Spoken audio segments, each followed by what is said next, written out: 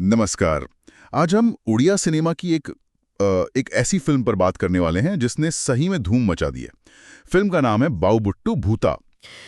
इसकी कामयाबी ने ना सारे रिकॉर्ड तोड़ दिए हैं। तो आज हम इसी पर थोड़ी गहराई से बात करेंगे। हमारे पास जो रिपोर्ट्स हैं, रिव्यूज हैं, उनके हिसाब से समझने की कोशिश करेंगे कि आखिर इस फिल्म में ऐसा क्या खास था। कहानी, कमाई, परफॉर्मेंस, सब कुछ। चलिए देखते हैं। तो कहानी देखिए, गांव की है, सीधी सादी सी सेटिंग।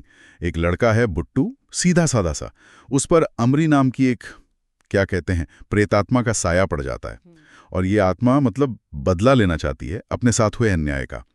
बुट्टू का रोल किया है बाबूशान मोहंती ने। उनके साथ हैं अर्चिता साहू रिंकी के रोल में, और अपराजिता मोहंती जी भी हैं रत्नमाला के किरदार में। जानी मानी एक्ट्रेस हैं वो। डायरेक्टर हैं जगदीश मिश्रा और प्रोड्यूसर हैं तृप्ति सतपति। कहानी शायद सुनी सुनाई लगे हॉरर वाली, पर इसका ट्रीटमेंट शायद अलग था।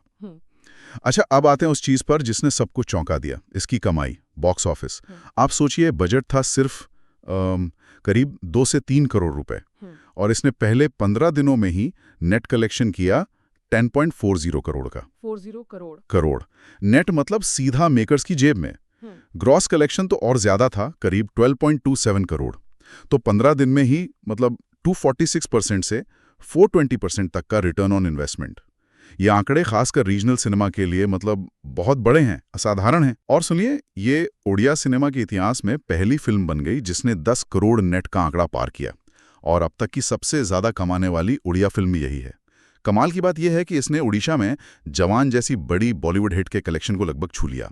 जवान ने वहां शायद 14.75 करोड़ कमाए थे। तो ये बहुत बड़ी अचीवमेंट है। हाँ, एक बोलॉर्ड नाम की फिल्म का जिक्र था कहीं, पर उसके बारे में कुछ खास जानकारी मिली नहीं। हो सकता है नाम में कोई गलती हो। खैर, इस जबरदस्त सक्सेस के पीछे एक्टिंग का भी बड़ा हाथ रहा। बाबूशान मोहंती ने बूटू के किरदार के कई शेड्स दिखाए हैं। कभी वो मासूम गांव वाला लगता है, कभी आत्मा के असर में एकदम खतरनाक। वो जो हंसी और आत्मा के दर्द के बीच का ट्रांजिशन है ना, वो कमाल का है। अर्चिता साहू ने भी रिंकी के रोल में डर से लेकर हिम्मत तक के भाव अच्छे से दिखाए हैं। और अपराजिता मोहंती जी, उनका तो अनुभव बोलता है।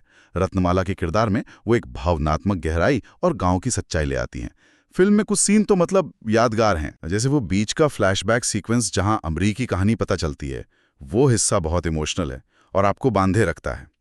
और इंटरवल से ठीक पहले का सीन, वो तो गजब है, जब बुट्टू पूरी तरह आत्मा के वश में गांव वालों के सामने आता है। उसमें हॉरर, सस्पेंस और वो अलौकिक डेफी का मिक्सचर है ना, रोंगटे खड़े कर देता है। वो सीन सही में सिनेमाई टेंशन का बढ़िया उदाहरण है। टेक्निकल साइड पे भी फिल्म मजबूत है। सिनेमेटोग्राफी अच्छी है। रुद्रकांत सिंह ने गांव की खूबसूरती और हॉरर वाले हिस्सों में वो कम रोशनी वाले फ्रेम्स, दोनों को अच्छे से कैप्चर किया है। म्यूजिक और बैकग्राउंड स्कोर गौरव आनंद और अभिषेक पानिग्राही का, वो भी मूड सेट करने में काफी असरदार है। स्क्रिप्ट में हॉरर, इमोशन, कॉमेडी सबको मिलाने की कोशिश की गई है। हालांकि कुछ लोगों को लगा कि फिल्म बीच में थोड़ी धीमी हो जाती है और एक गाना शायद कहानी के फ्लो को थोड़ा तोड़ता है।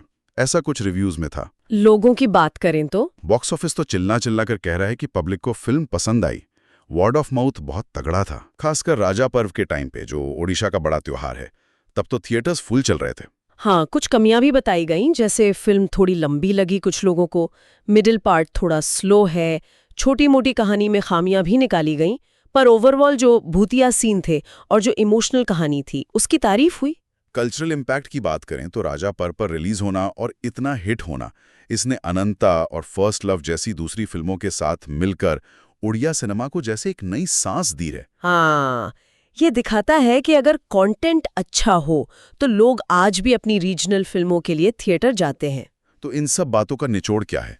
देखिए, बाऊ भूता उड़िया सिनेमा के लिए एक मील का पत्थर है, इसमें कोई शक नहीं। दमदार एक्टिंग, खासकर बाबूशान की, एक इमोशनल भूत की कहानी जो कनेक्ट करती है, गांव की सेटिंग और वो इंटरवल वाला सीन, ये इसकी ताकतें हैं।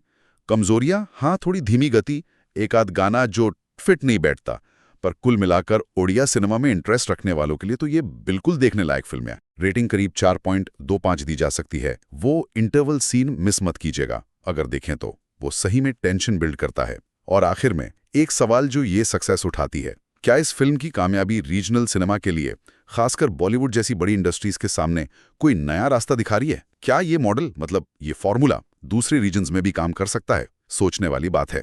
चलिए, इसी सोच के साथ आज के लिए बस इतना ही। जय जगन्नाथ।